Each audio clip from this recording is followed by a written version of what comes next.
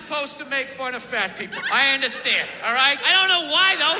Why? They're not a race. They're not a religion. It's totally curable. Eat an apple and go for a walk. Why are you yelling at everybody else? The f*** are you giving me shit for? You put the cookies in there. I didn't. How is this my problem? Jesus Christ, you ate your way in. You can walk your way out and just slowly start shedding the pounds. Shove some fucking lettuce in there instead of a bunch of ho-hos, and it's gonna come down, and then you're on my side of the fence, right? Join me. Come on, say it with me. Shame. Shame. I know, you're not supposed to shame. You're not supposed to fat shame. You're not supposed to slut shame. They're like shaming. Like people aren't supposed to walk around with any shame. It's like a legitimate human emotion, but you're not supposed to feel it at all. You know, you're supposed to just walk around like a dictator, just not you're not gonna feel any shame? You never felt shame? You never had such a bad fucking night the next morning? You woke up, you couldn't even look yourself in the mirror? When you went to go brush your teeth, you looked up, you're like, oh, you fucking piece of shit. Wow. Even for you, that was bad. Lights out, curtains drawn, until at least 2 in the afternoon before I can even look at you, you fucking piece of shit. You're supposed to have no shame? That's the new world? You're just gonna walk around sucking, eating cookies, and just show up, and nobody's supposed to say anything? No one's supposed to have an opinion? Like, wow, that's gonna go off the rails pretty soon. I know. Good morning. It's Monday, Cold War Monday, February the 16th, and this is The True Conservative. Welcome to all the butchers, bakers, and candlestick makers out there. I'm Ron, your host, and the only true conservative in the United States today. So today, after the Serenity Prayer and the patriotic song of the day, we will have Varney and Company, motivation, meditation, and the Cold War. All that and more when I get back.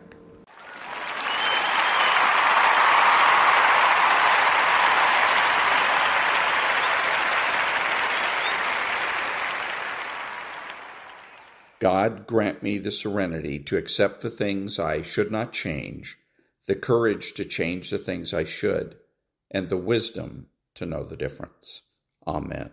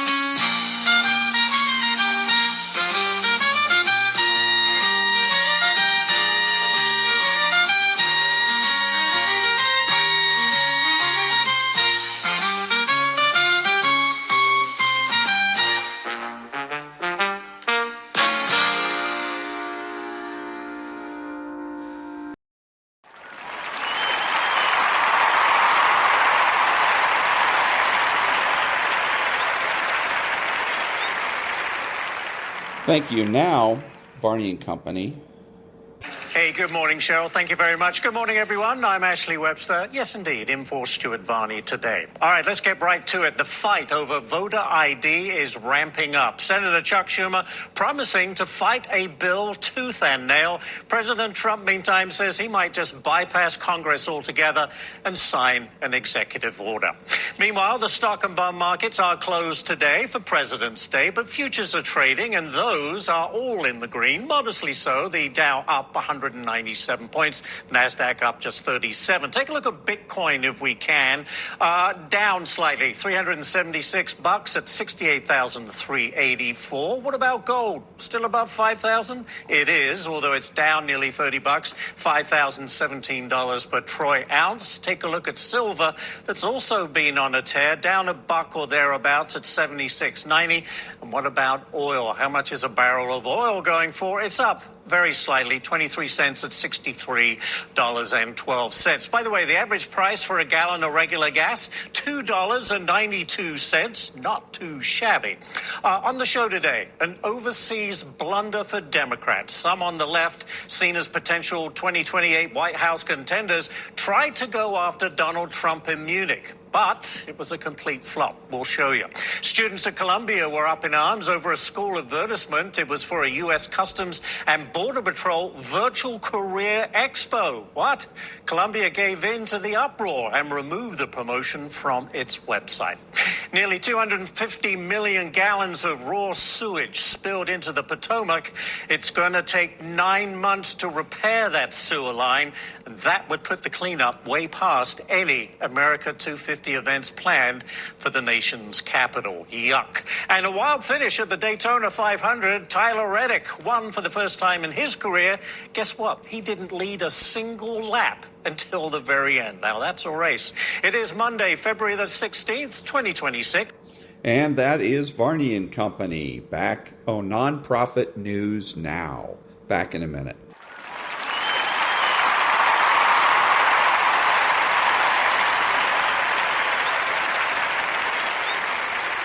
Thank you. Now, some motivation. Michael Jordan said in one of his interviews, when they said, "You're unbelievable, you're the greatest basketball player of all times. Tell me about that." And he says, "Well, you're just mentioning the successes." But he says, "For me to become the greatest basketball player, I missed 9,000 shots when I was playing basketball at the NBA games." Does it make him a failure? No. We all fail. It's okay. What is not okay is that when you fail, you stay down. Whoever stays down is a loser. And winners will fail and get up. Fail and get up. Fail and get up. You always get up. That is a winner.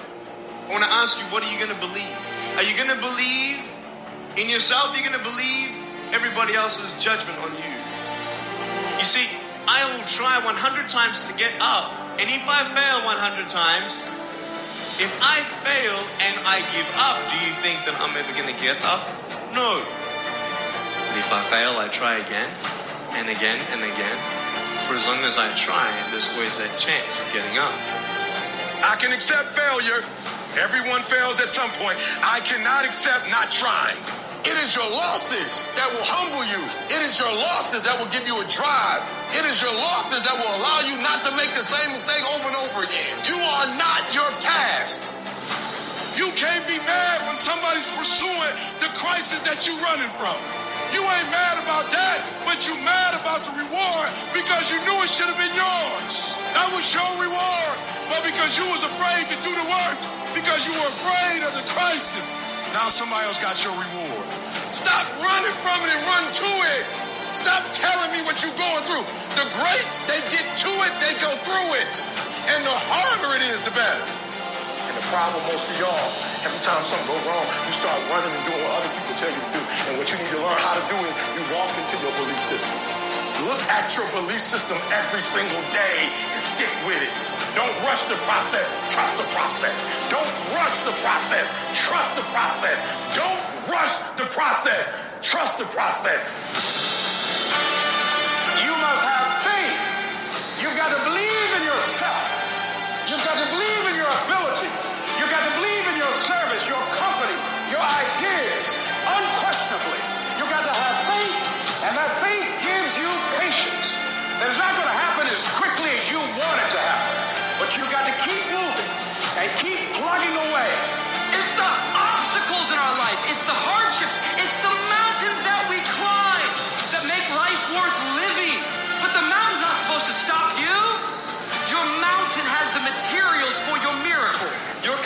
things are not always in your control. You don't always get to decide what kind of skies you face. There are some things that are outside of your control, but your courage is in your control. Take that leap of faith. Trust yourself and know within yourself that everything is going to be all right. If people ask you, say, how you doing? Even if you're having some difficult times, say, I'm blessed and highly favored. Because anytime you wake up and you don't have a white chalk outline around your body, it's a great day. And so I say to you, it's possible you can live your dream. If it's having more, it's achieving more, it's being a better father, being a better mother, whatever it is, overcoming addiction, changing our society. It's possible you can live your dream. It's necessary that you have a plan of action, that you're resilient, that you stick to, and you work with the system, that you work with people, that you give support, and that you be there for them, that you have the vision and never give it up, that you become creative and relentless and keep on coming back again and again and again. And when life knocks you down, jump back up and say, it's not over until I win. And that was a little motivation. Back in a minute.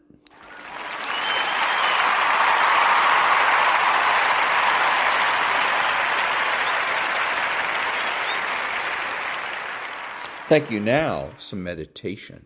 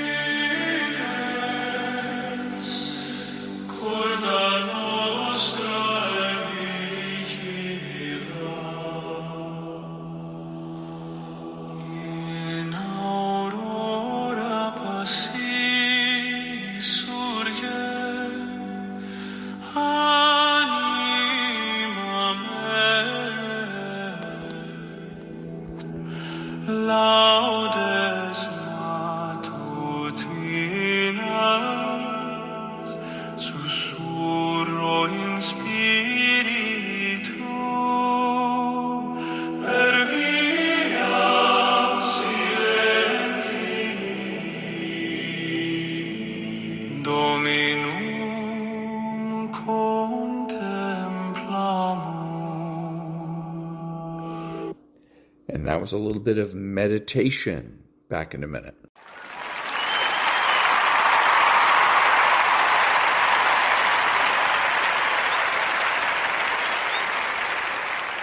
Thank you. And now here's a classic on Instagram, Fox News account. Shows a picture of an individual, and underneath is the caption, "Teacher speaks after losing job over 2-word Facebook post supporting ICE." And then it has a colon, and then the quote is, "devastating." Now that's a mistake, a huge mistake by the teacher, ostensibly a conservative. Huge mistake. First of all, if anybody confronts you and says, "Oh, gee, I understand that you got," let's see, what is it that happened to him? I heard you lost your job. You say, "What are you talking about?" Okay, don't give them the pleasure of knowing that you lost your job in the first place. And then when you say, "Oh, it was devastating," you're helping them by demonstrating to them that they have power.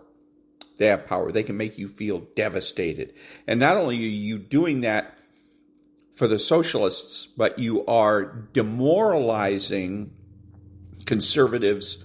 All the conservatives that read this post are going to be demoralized. Because another way of saying conservatives, you can't win. The Democrats, the liberals are just too powerful. So don't do that, because it's not true anyways. Don't do that. Don't give them the satisfaction. Back in a minute.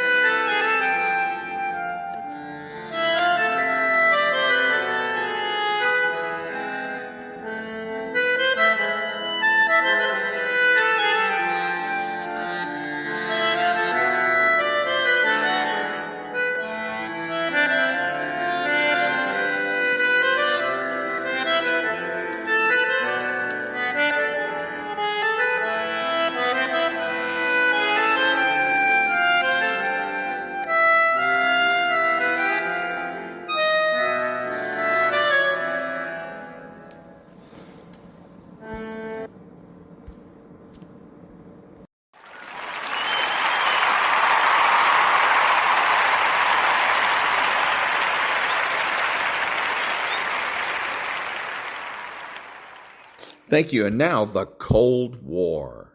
Section 1. Zenith and Shadow. The Soviet Union at its peak.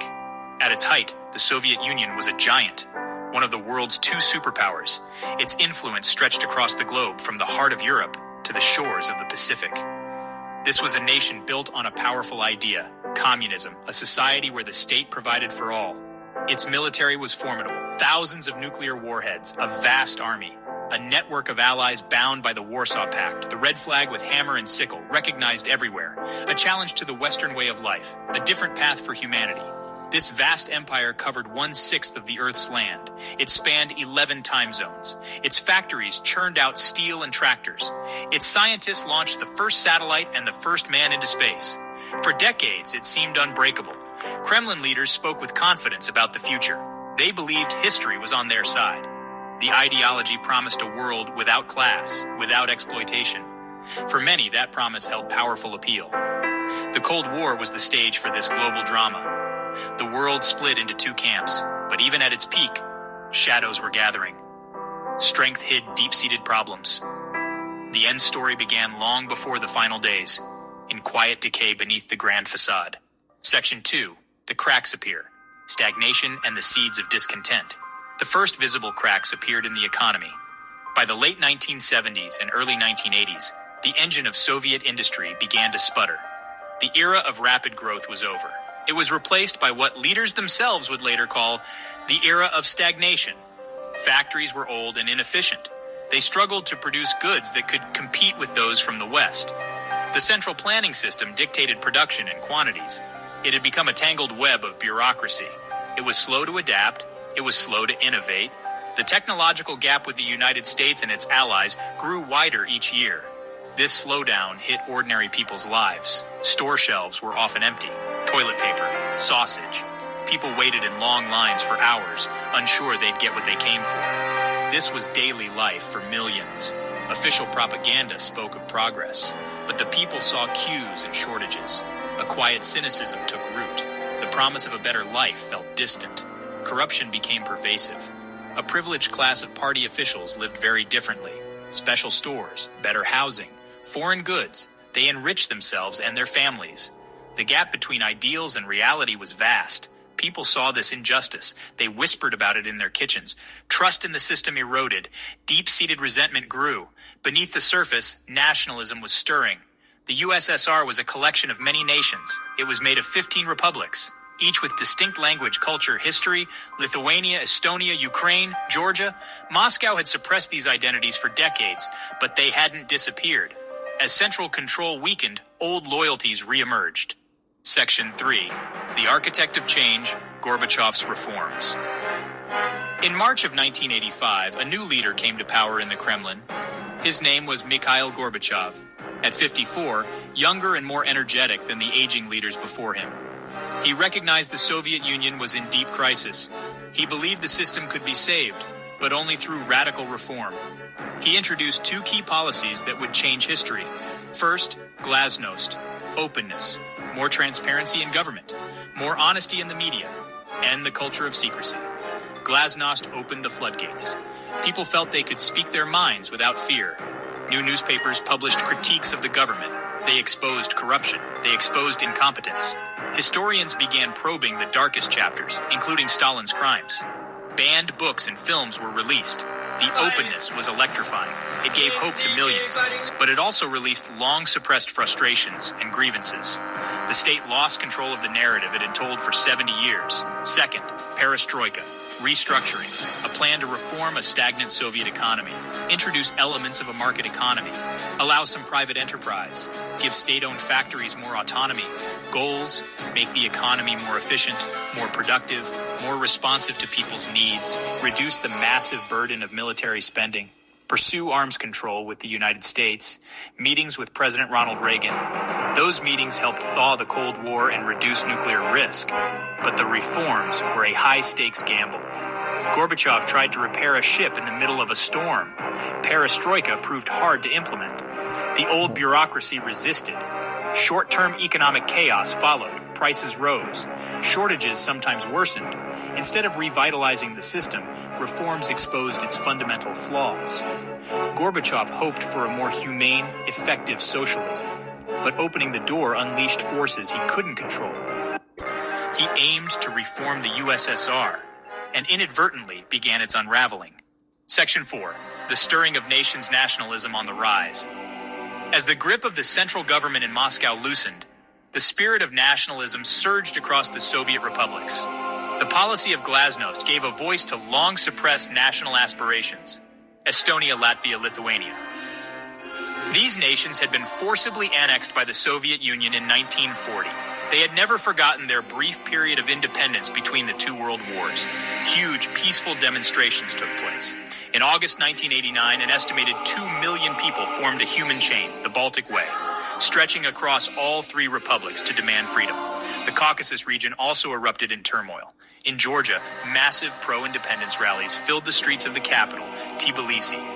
In April 1989, Soviet troops brutally suppressed one of these demonstrations, killing 20 people. This tragedy only hardened the resolve of the Georgian people to break away from Moscow's rule. At the same time, a bitter conflict broke out between Armenia and Azerbaijan over the territory of Nagorno-Karabakh. Ancient ethnic tensions, long frozen by Soviet power, exploded into open warfare. The Kremlin seemed powerless to stop the violence, further undermining its authority. In Ukraine, the second most populous republic, a powerful independence movement known as Rukh gained momentum. The Chernobyl nuclear disaster in 1986 had already sown deep mistrust of Moscow. Now Ukrainians began to demand greater sovereignty. They pushed for the Ukrainian language to be given official status and for more control over their own economy. The idea of a separate, independent Ukraine, which had seemed like a distant dream, was rapidly becoming a political reality. The unity of the Slavic heartland of the Soviet Union was beginning to fracture. Mikhail Gorbachev was caught in a dilemma. He believed in preserving the Soviet Union as a single reform state. He tried to negotiate a new treaty that would grant the republics more autonomy while keeping them part of a federation. But for many, it was too little, too late. The nationalist movements were no longer asking for more rights within the Soviet system. They were demanding a complete break from it. The winds of change blowing through the Soviet Union swept across Eastern Europe. Poland, Hungary, Czechoslovakia, East Germany, communist governments loyal to Moscow, backed by Soviet troops. Gorbachev made a fateful decision. He signaled the Soviet Union would no longer use military force to keep these regimes, a radical departure from past invasions. Hungary, 1956, Czechoslovakia, 1968. He was, in effect, letting them go their own way. The effect was immediate and dramatic. Poland, solidarity re-emerged. Solidarity won a stunning victory in June 1989. Hungary, reformers dismantled the border fence with Austria. Thousands of East Germans vacationing in Hungary escaped to the west. The trickle became a flood, creating a crisis for East Germany. Change moved at a breathtaking pace. The iconic moment, November 1989. A confused government official announced travel freedoms on TV. That night, enormous crowds at the Berlin Wall. Border guards opened the gates. People surged through, cheering and crying. They climbed the wall, chipping it with hammers and chisels. The fall of the Berlin Wall was a televised revolution. Pure joy. The fall set off a chain reaction. Czechoslovakia, the Velvet Revolution. Bulgaria's communist government fell. Romania, violent end. Ceausescu and his wife executed on Christmas Day. By the end of 1989, the Soviet Union's external empire in Eastern Europe had vanished. It had a profound psychological impact inside the USSR. If Eastern Europe could break free, why not the republics within the Soviet Union? The dominoes were falling faster than anyone had imagined. As the Soviet Union's external empire crumbled, a new and critical power struggle was emerging at its center. Mikhail Gorbachev, president of the Soviet Union, Boris Yeltsin, leader of the Russian Republic. The two men were once allies, but they became bitter political foes. Yeltsin was a charismatic and populist figure. He had been a high-ranking communist official. He broke with the party establishment, criticizing the slow pace of reform and the privileges of the elite. He presented himself as a radical Democrat, a man of the people fighting against the old system. In June of 1990, the Russian Republic declared its sovereignty. This meant Russian laws would take precedence over Soviet laws. In June 1991, Boris Yeltsin was elected president of Russia in the first popular presidential election. That election gave him a powerful democratic mandate. Gorbachev, by contrast, had been appointed by the Communist Party and lacked that mandate. Yeltsin used his position to challenge Gorbachev's authority at every turn. He argued for a faster transition to a market economy. He also pushed for more power for the individual republics. The conflict became the central political drama of the Soviet Union's final years. Gorbachev tried to hold the Union together, seeking a new, voluntary federation. Yeltsin focused on building a new, independent Russia. He saw the Central Soviet government as an obstacle.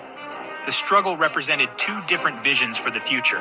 Gorbachev wanted to reform the existing house. Yeltsin wanted to tear it down and build a new one on the Russian part of the foundation.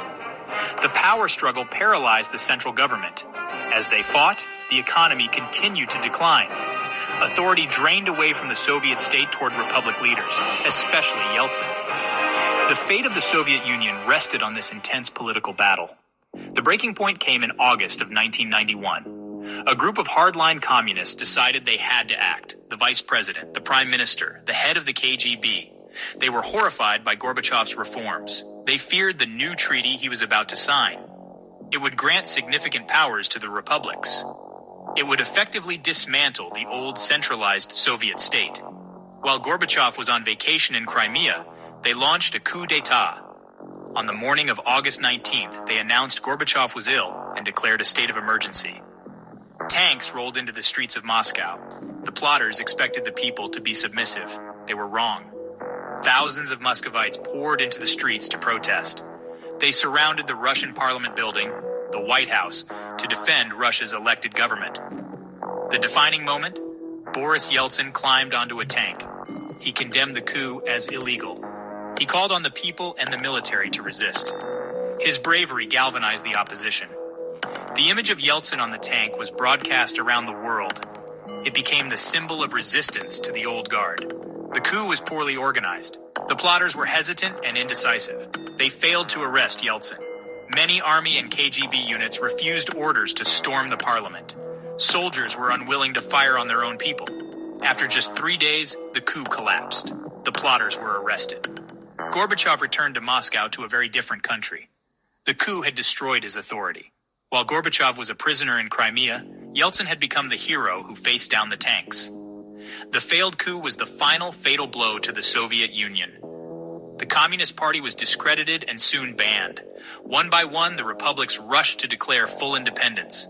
The central government had no power left to stop them.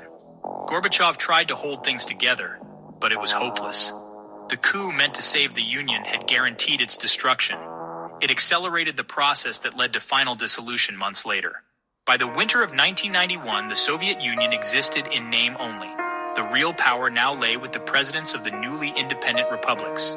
On December 8th, Boris Yeltsin of Russia, Leonid Kravchuk of Ukraine, Stanislav Shushkevich of Belarus met secretly at a hunting lodge in a forest called Belovezhskaya Pushcha. There, they made a historic decision. They signed an accord stating that the USSR is ceasing its existence. They announced the creation of a new, much looser alliance, the Commonwealth of Independent States. This was the final act. The leaders who had founded the Soviet Union in 1922 had now officially dissolved it. They did so without consulting Mikhail Gorbachev. He was now a president without a country. When he heard the news, he was furious, calling the move illegal. But there was nothing he could do. The military, the KGB, and the government bureaucracy were all now answering to Boris Yeltsin. The world watched as the once mighty superpower simply evaporated. The process of collapse, which had taken years to unfold, was now reaching its swift and quiet conclusion. On December 25th, 1991, Mikhail Gorbachev gave a final, televised address to the nation and the world. He spoke with a tone of sadness and resignation, but also with some pride in the changes he had brought about.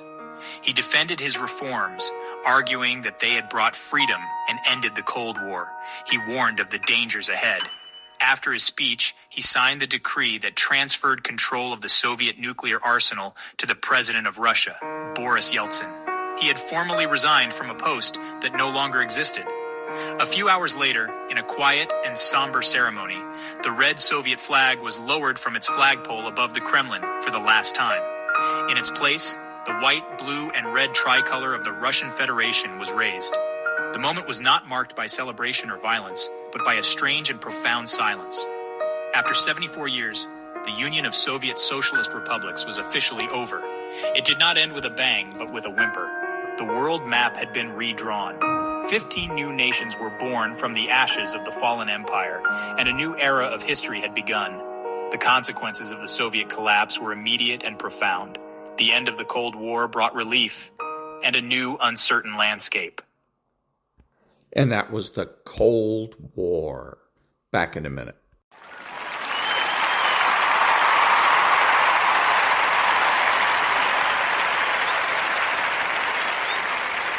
Thank you. This is Ron, your host, the only true conservative in the United States today, bidding adios to all the butchers, bakers, and candlestick makers out there, and reminding you that you're not neutral and that the government has no rights.